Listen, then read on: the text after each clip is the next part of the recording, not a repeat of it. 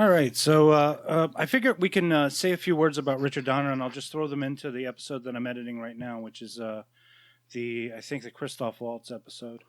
Okay. That way we can be timely. That'll be coming out next Monday. Well, bad timing, but good timing, I guess. Well, it's always good timing when it's not. So I haven't read anything. How did he pass, or was it just natural causes? This, I just got this news probably right when you got it. I might have even seen you post about it before I did. But, it just happened 2 hours ago. I mean, the announcement of it came out 2 hours ago.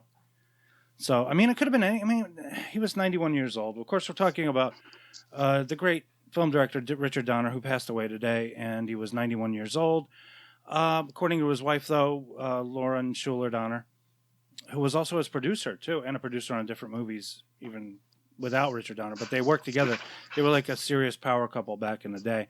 But she said that he was very ill, and he hadn't made a movie since 2006, a very good movie that I really did enjoy. And I was thinking about it the other day because we were watching Hitchhiker's Guide to the Galaxy, and I was thinking about Mos Def, and I was thinking about this movie that he was in with Bruce Willis called 16 Blocks. Yeah, 16 Blocks, and it was a fantastic movie. It was like shot in real time, kind of like the way John Badham did Nick of Time with Johnny Depp. And I remember really enjoying that movie. I've always enjoyed Mos Def anyway. He's just hilarious to me. I know they were talking about doing a Lethal Weapon 5. They were trying to get that off the ground. I think they're still working on it. I think they're going to do it anyway, regardless. They could probably have Lauren in there producing or in some capacity. But the thing is, the spirit remains because what did Richard Donner say? The thing, Mel Gibson mentioned it in his statement that he made. He said that he considered his job to be like a traffic cop.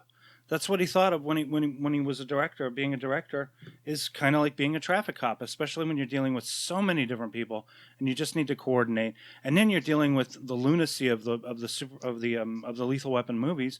You are kind of being a traffic coordinator at that point because everybody else is bringing it. Your job at that point is to just sit back and give direction and do it. And he was a director who made it look easy because he collaborated with incredibly talented people.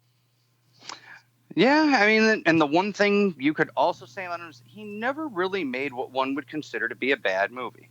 Yeah, when I think of the worst of him, Timeline I didn't much care for. Assassins I didn't much care for. Radio Flyer I didn't really like.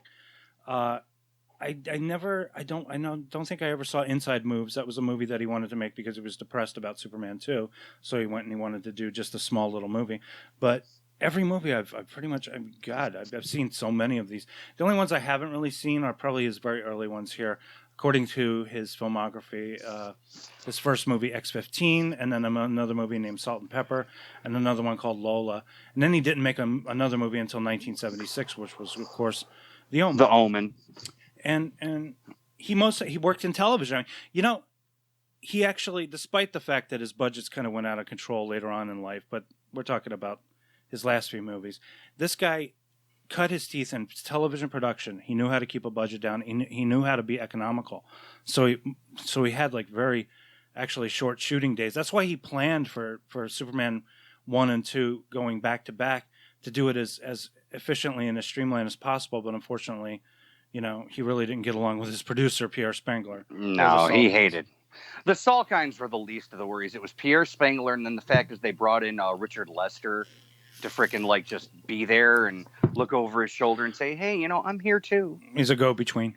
Yeah. But Pierre Spengler was the reason that all that shit went down. But this guy started in television back in the day. He did Twilight Zone. He did the classic Twilight Zone episode. Nightmare at 20,000 with William Shatner, that was later remade with John Lithgow. Both excellent, just wonderful. I know he did a couple of more outstanding episodes. Didn't he do The Doll? Oh, I'm not really sure. I need to. I wish I could. I thought the Talkie Tina one was her. I really thought that was Donner. I can't remember though. Let's take a look here. Season 5. He did Nightmare at 20,000 Feet. He did From Agnes with Love, which is about a man who falls in love with a robot. He did The Jeopardy Room. He did Sounds and Silences, and he did The Brain Center at Whipple's, which was another one about a human who becomes an artificial intelligence. And he did Come Wander With Me, which was one of the last ones. Talkie Tina, that was the one with, that was Richard Serafian, who also directed late. Oh, he directed Vanishing Point, that guy. That guy was pretty awesome. Hello, did I lose you? Do we have a bad connection? What's going on? I'm here. I'm here. I was muted. My apologies. Oh, you're muted, damn it. I muted. No, I was going to say, I'm looking at some of these movies that he did, like The Toy. That was not a great movie. It was. I know. I still love it. I still love that movie. It's a classic. I remember seeing it on cable. I remember loving it. I just love that movie.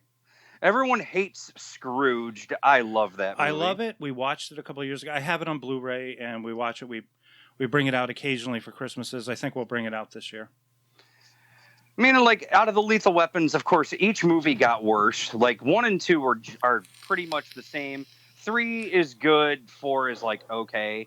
Radio Flyer, you said you didn't like it. I've only seen it once. I didn't think it was anything special. Not a big fan of that one. It's a little too, I don't know what it was trying. It's trying too much to be Spielberg, I think. I guess the easiest way to put it is this, man. You know, 2 things we got out of Richard Donner, and we'll always be thankful. Number 1, of course, is Superman. And the other one that not a lot of people will talk about is Tales from the Crypt. That's right. He executive produced the show, and he produced the movies. He was part of that. It was like a super group of producers that all worked together for that show for HBO. And he directed a couple of episodes as well, right?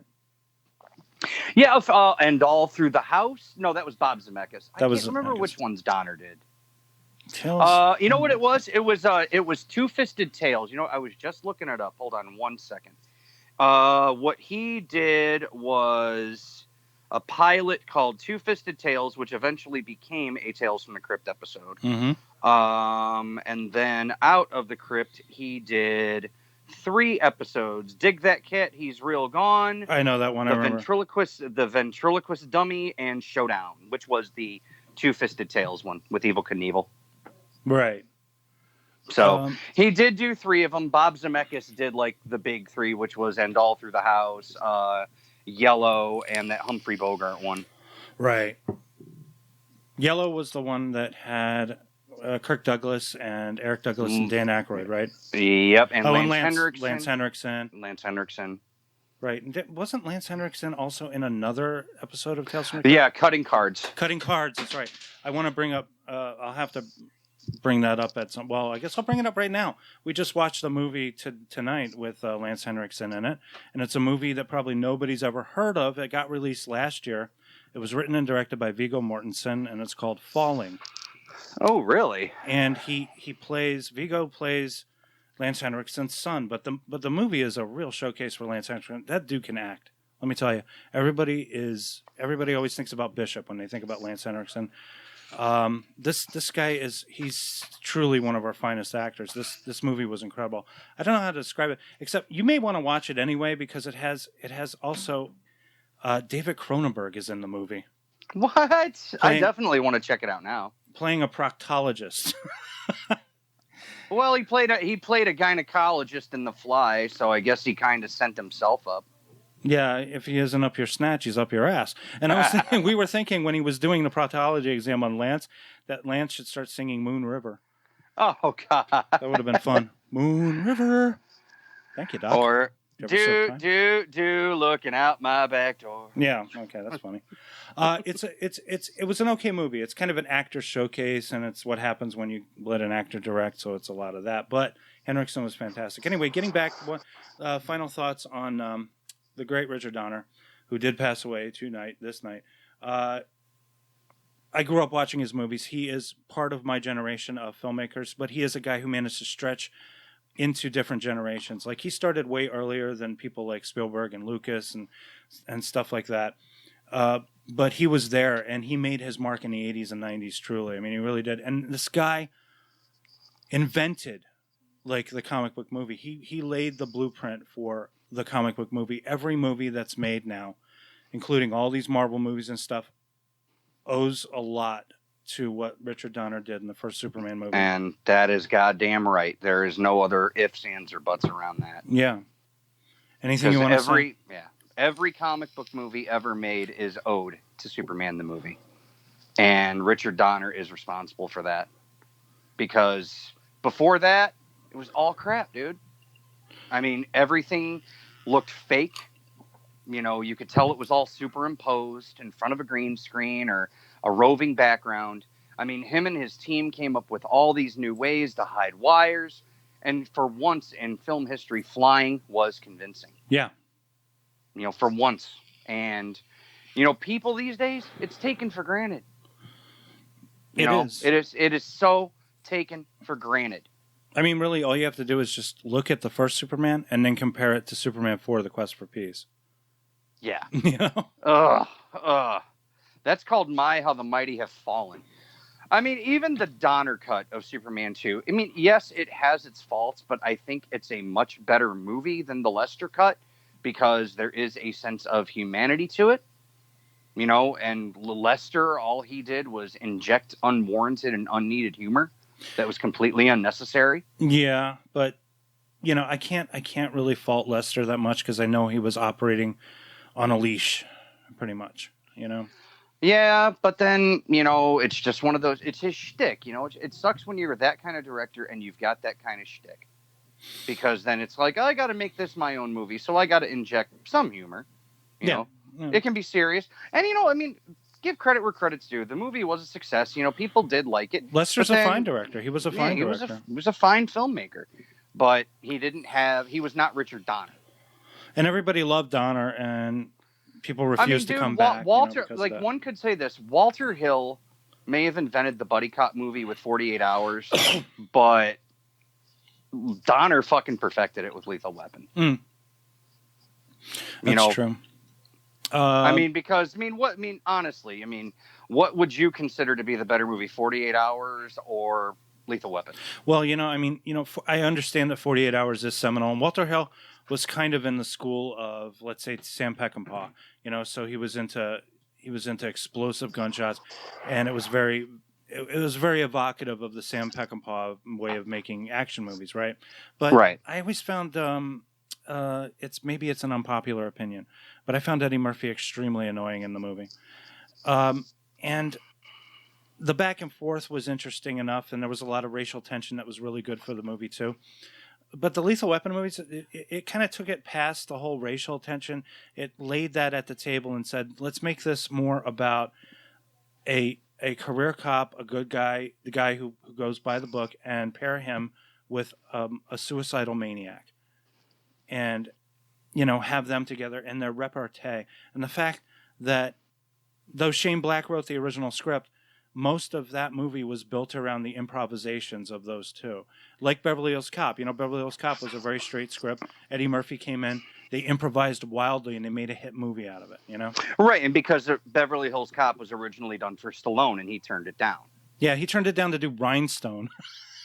A movie I enjoy. Look, I think it's a funny movie. I enjoy it, but it's really silly. It's just a freaking silly movie. Come on, man. Yeah, but see, then Donner could do silly, like The Goonies. I mean, that movie's silly, but at the same time, it's serious. The Goonies are good enough. Yeah, I remember enjoying. Okay, the thing about The Goonies is I saw it on cable when it came out because I don't know, maybe it wasn't that big of a hit or anything, or it didn't make any money. You know, here's what I remember. They said while the movie made money and it became, you know, a cult classic and everything, it did underperform. So I mean, but it got a second life on cable, so they showed it constantly on HBO. It was a Warner Brothers movie, right? Yeah, and it was on Disney Channel all the time too. And so what I remember about the movie was it was a lot of fun, right? But you cannot follow the plot. You cannot figure out the story of this movie. There are so many things that don't make sense, and there are a lot of weird gaffes about it too. But it is a lot of fun. It's a fun movie.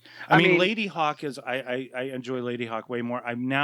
I'm seriously regretting it because we had that Warner Archive sale. You know, that was another movie. I bought it. You were the one that wrote me into buying it, and you passed it up. I can't. Well, I mean, they only gave you 4. I mean, for the deal, you know. Well, no, it wasn't 4. It was if you bought more than 4. Each movie was $11. If I bought more than 4, but I went with 4 for some reason. You had to buy a 4 movie minimum and then each movie you added on, it was $11. Wow. And then there was a 15% off coupon on top of that. Maybe they'll have another sale in the future, and I can grab it. Unfortunately, Warner Archive website. Warner Archive is still in business. They're with Amazon now. Oh, maybe we can get a deal through them then. Maybe. I would like to grab Lady Hawk. I want to grab Hudsucker Proxy. A couple of those things. I forgot. Yeah, I wanted to mention Maverick. I saw that in the movie theater. Another great movie. Not one of my top favorite comedies, but I love that movie. With a nice cameo by Danny Glover there, and they play the Lethal Weapon music when you see him. It's a nice little wink and a nod. And then later he did Conspiracy Theory. I also saw that in the movie theater. And my mom was working at the hospital where they shot, and they were shooting over there, and she got to see Mel Gibson up close. She might have even seen Dick Donner there. I'm not sure. And you see, I saw Conspiracy Theory once. I thought it was okay. That Donner was like in his later years. Now, you said you like 16 Blocks. I never saw that movie. 16 Blocks is a great movie. You got to see it. Check it out. Definitely. Yeah, but then you had movies like Timeline, which was not that great. Timeline is like the movie that introduced Paul Walker and Gerard Butler and made them before they were stars. But you know what? But it's another movie that doesn't make any sense. That's another one that doesn't make any sense. That Richard Donner had one hell of a career. The guy, yeah, and he's from an older generation, so he wasn't exactly, like I said, he wasn't quite the he sort of, I guess he had the eye for the big summer movies, so he got in on that, and he was a bit of a franchise king with the Lethal Weapon movies, and he was considered a big big stuff at Warner Brothers. Even in his last picture, his final picture, 16 Blocks, was also a Warner Brothers movie. Unfortunately, it didn't make that much money. It made money over its budget, but it was kind of expensive because I guess it was because of Bruce Willis and all that. Yeah, and even then, Bruce Willis was having, a rough time around that time too. Like some of his projects weren't doing all that well. Yeah, this was probably when he was on his final downward turn at the time. But it's such a history. It's such an incredible history. It's a hell of a legacy, man. He left a good mark on film. Oh, I forgot to mention, he also executive produced Lost Boys. He didn't produce Damien, the sequel to the Omen, but he was executive producer on The Final Conflict. He produced the Free Willy movies with his wife, and he produced the X-Men movies with his wife too. So that's another thing. So on top of that, so he does pretty much the first comic book movie, right? And then by him being a producer, he basically was the one that got, modern comic book movies going. Yeah, more or less, yeah. So basically, we should all be getting down on our knees and collectively bowing to Richard Donner and be like, hey, dude, because of you, this is how, bow to Donner, absolutely. Yeah. And what's more, he's a guy I never heard any horrible stories about. So there you go. Yeah, I never heard any dude, they did that, that because of the whole pandemic, they've been doing this reunited at home kind of thing. Josh Gad's been, getting a whole bunch of movie casts together and, production stuff. He did that with the Goonies. He actually got everybody, minus Anne Ramsey. Of course, she's passed away, and John Matusek, because they passed away. But like anybody who was really involved with the Goonies, he got everybody together, including Dick Donner. How recent was that? This was last year. This is about a year ago. Got Corey Feldman, freaking Sean Astin, Jeff Cohen. All right, I'll see. I want to throw some footage in there. We can see some of Donner's last interview. Yeah, because it was all this whole big. It was a Skype or a Zoom meeting thing that they did, but it was. Yeah, I knew about what Josh Gad was doing. But and then I saw Josh Gad's tweet after Donner died, and I was like, oh, I wonder if he worked with Donner or something, or did something with Donner and a crew of an old movie. But I guess he did. There it is. Yeah, because thank you, Josh Gad, for giving us one more Richard Donner interview, just one more. And thank you, Richard Donner. You're truly the greatest American hero. All right.